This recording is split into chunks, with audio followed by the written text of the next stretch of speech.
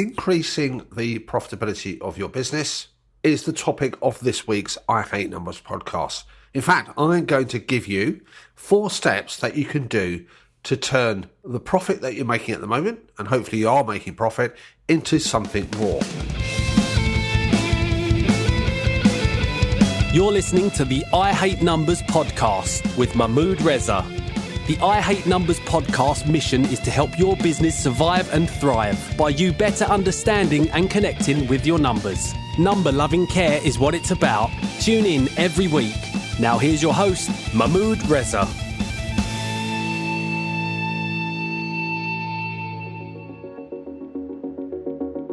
Now, your small business may be turning over a decent sum of money as it is. The revenues may be there, but how much of it do you actually get to keep for yourself? How much of that do you generate by way of profit? Revenue and profit aren't the same thing, and profit should be the prize that you're going after.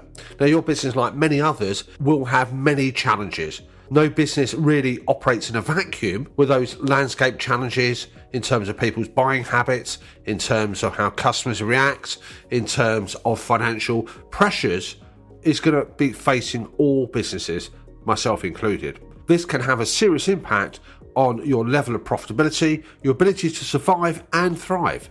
And in this I Hate Numbers podcast, I'm going to outline 4 steps that you can take to keep more of that money that you make. Those 4 steps are as follows. Step number 1, focus on your customer retention. Now, many businesses always like to build up their client base, go for new customers and clients, and obviously that's recognisable and that's obviously a good thing to focus on. However, when you want to increase your profitability and get the maximum return on investment, or ROI as some people would say, then keeping and delighting the customers you have at the moment is a fantastic way of doing this. Now, did you know it costs 5 times as much to attract a new customer as it does to hang on to your existing ones?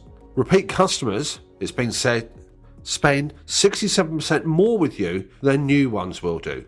So therefore, increasing your customer retention rate, you can spend less money, invest less money, and generate more profit for your business. Also, it's means less stress and strain. Look after what you've got, and that profit will be seriously impacted to the positive. There is a study by Bain & Company that estimated that increasing your retention rate on your customers, cutting down what we might call churn by just 5%, can have an impact on your profitability by a positive 25 to 95%. Those are some decent numbers. One way to keep customers coming back for more is to obviously deliver a good service to them, but keep them and keep yourself in the forefront of their focus. So what's your communication strategy? How do you communicate them? Do you communicate them with them once a year, irregularly? Do you use newsletters? Do you have discount codes or loyalty schemes? What's the way that you keep your customers engaged with you? And that's an area that you can certainly work on. In my own business, I Hate Numbers and Numbers Know How, we send out weekly newsletters, publish regular blogs, communicate and respond to our clients as promptly as possible, have website resources and the like. Adapt those to your own calling. Step number 2, marketing. Now, marketing is not the same as posting social media ads. It's about identifying what your customer wants, what their pain points are, what they require, and you delivering what that need is. That simple idea of needs and wants goes a long way. Now, when done correctly, marketing will generate some value for your business. It does lots more things apart from making people aware, but it actually encourages and gets people to engage with you and ultimately buy from you as well. Don't look at marketing as a cost. If done correctly, it's an investment that can generate that return. Now, the difficult thing to do initially is to identify who you consider to be your ideal customer. If you think your business offer is for the whole world, then you're going to be sadly disappointed. That's too generic, and that means that's going to impact on your messaging, your communication, and what you try and do. Trying to be everything for everyone means that you end up disappointing more than you think you do. So generalize approaches works for a commodity perhaps, where there's no identifiable difference.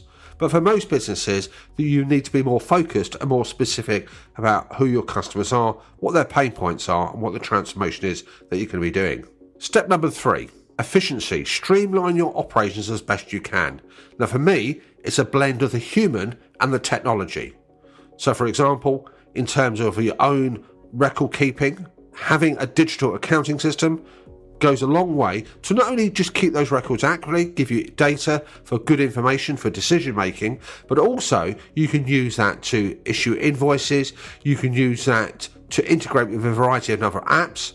If you're involved in a manual process and you're thinking of saving time, so you might be running a home business, for example, where you're packaging up products, well, consider by the time you factor in the walk down to the post office, by the time you consider all those other elements there, are there better ways that you can do that? Think about your onboarding operations, the way you communicate with clients and customers.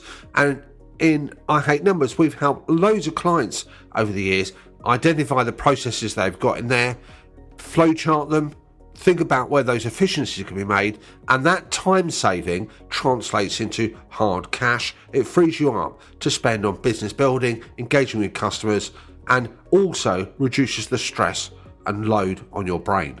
We live in a very technology driven age these days, but remember, it's the blend of the human and the technology that you wish to do. Now, step number 4, improve your cash flow. Cash is the ultimate decider of whether your business continues and prospers or whether it fails and doesn't survive. Cash flow is not the same as profit, and improving your cash flow can impact in a positive way on your bank charges, your finance charges. You have that available pool of resources to tap into. You don't need to actually tap into your credit cards or your bank overdraft, and that's going to be a positive thing.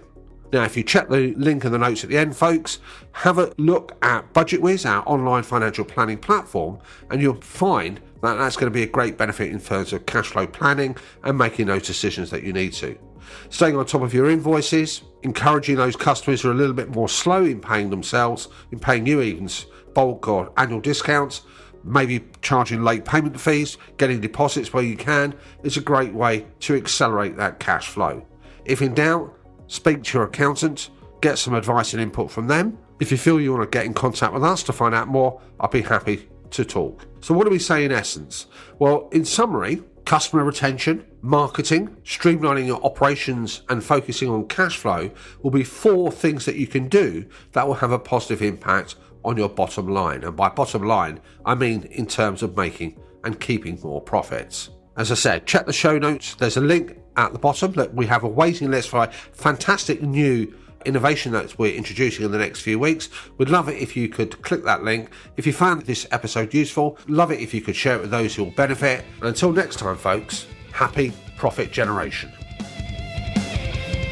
We hope you enjoyed this episode and appreciate you taking the time to listen to the show. We hope you got some value. If you did, then we'd love it if you shared the episode. We look forward to you joining us next week for another I Hate Numbers episode.